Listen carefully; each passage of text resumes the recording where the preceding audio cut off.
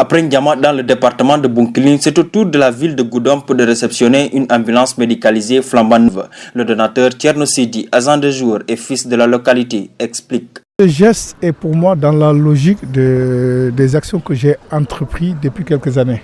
J'ai toujours rêvé de cette issue dans ma vie, pouvoir être au service des gens. Et même si c'est Dakar qui m'a élevé.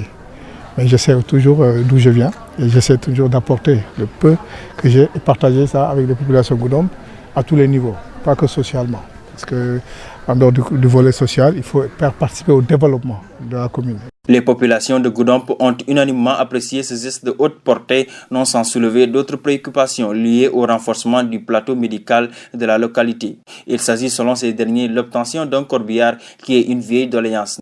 Ça fait plus de 30 ans presque, nous n'avons pas de corbillard et on a beaucoup de quartiers dans lesquels s'il y a un mort, pour le transporter jusqu'au cimetière, c'est tout un tas de problèmes. Si par exemple on a un mort, pour l'amener au cimetière, il faut passer de tour à travers, aller voir les propriétaires de véhicules pour leur demander de nous passer leur véhicule pour qu'on transporte les morts. C'est vraiment difficile pour nous, la population de Goudomp. À Djolakunda, un des quartiers de Goudomp, la mosquée menace ruine et constitue un danger permanent. C'est-à-dire la mosquée de Djolakunda est presque démolie à cause de la forte pluie.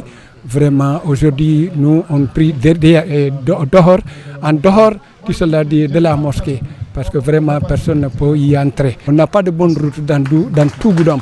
Il y a tellement de routes que vraiment on ne peut rien pratiquer. Pourquoi? Parce que toutes les routes ne sont pas praticables.